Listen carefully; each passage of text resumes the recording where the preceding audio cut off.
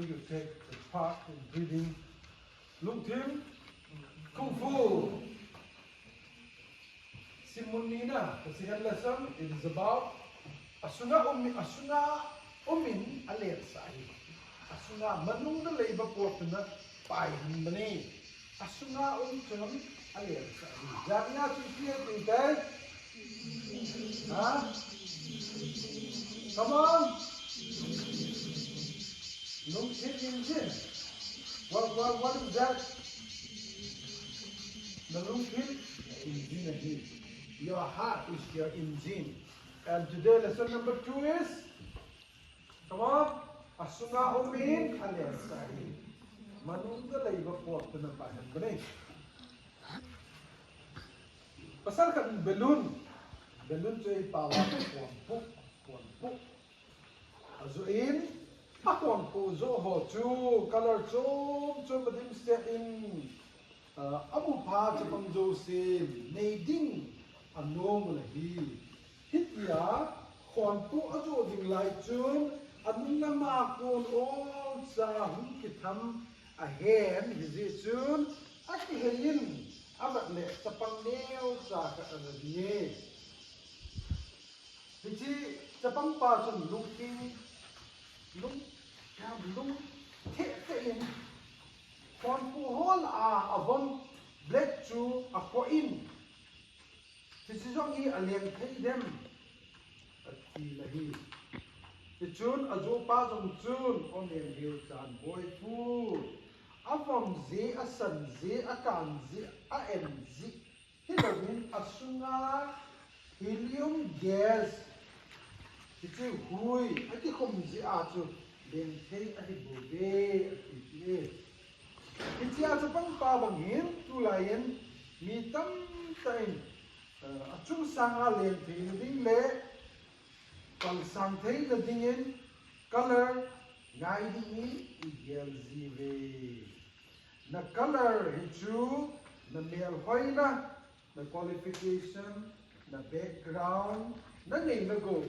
Na sum na payin na lensah thi ahin hichu na sunga hui zi a lensang helowin min na se tho ham aki se bol guling man hui na tilam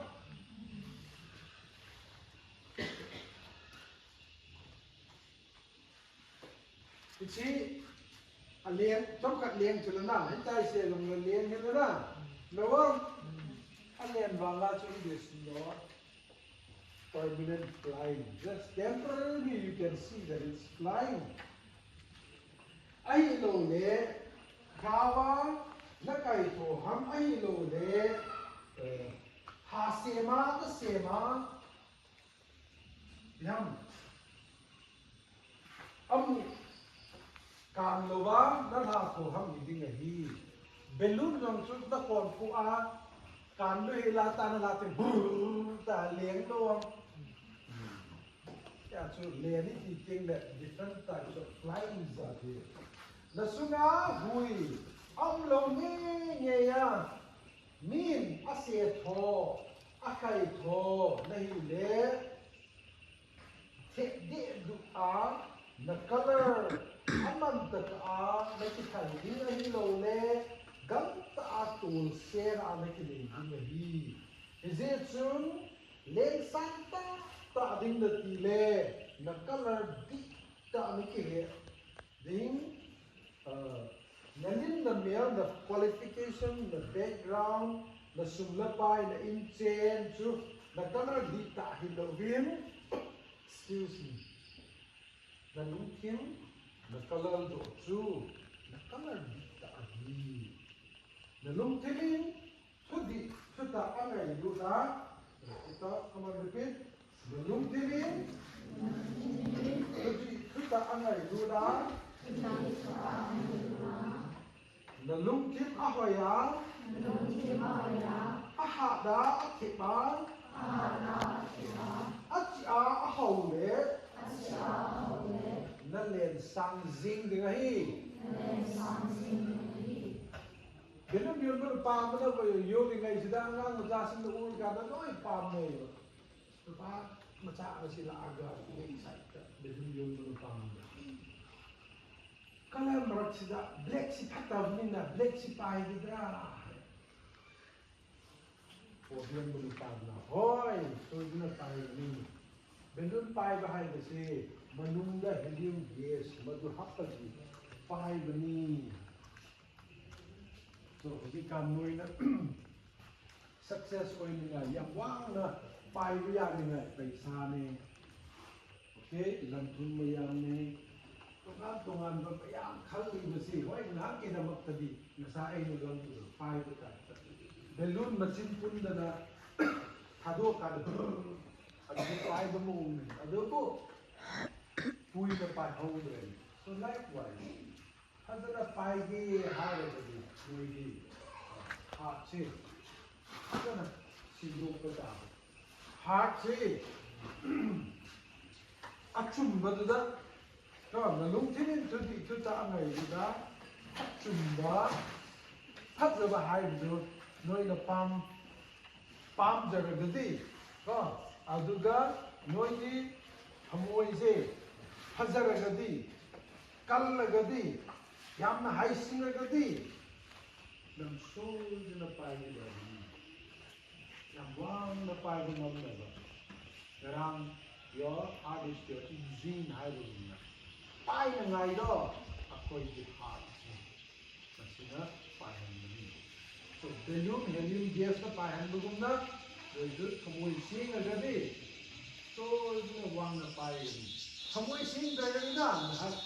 Ni na lang barang ni na sing bagira.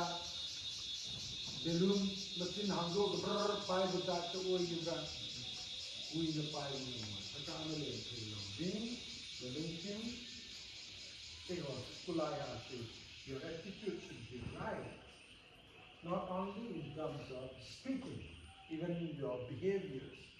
Dulu tai ngai ngai yo ni yang kat ni kat dia tu apa ni lau ni all those type of things are also because the heart is not clean. Alung tino tino ya so pula na lo apalo lo anda sa. So tamang problem sa mo ni boy. The color di ta pa so. Ka chile kinna ja na bola I bol kaya ini lang go tam kita ini mana so. Le sang di ta so hilo hi. Kamawa no lung tima hoya hile akhi na hile na lung tim chu achi a na lung tim aha ra hile.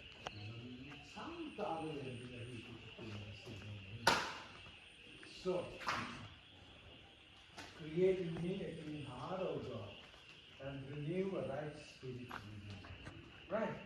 Take a desire, so here we pray, and we are going to sing. Heart sing, look at what we say among. Well, David Haiba, the king of Israel, Isorga, lowing under the Yamna power of God.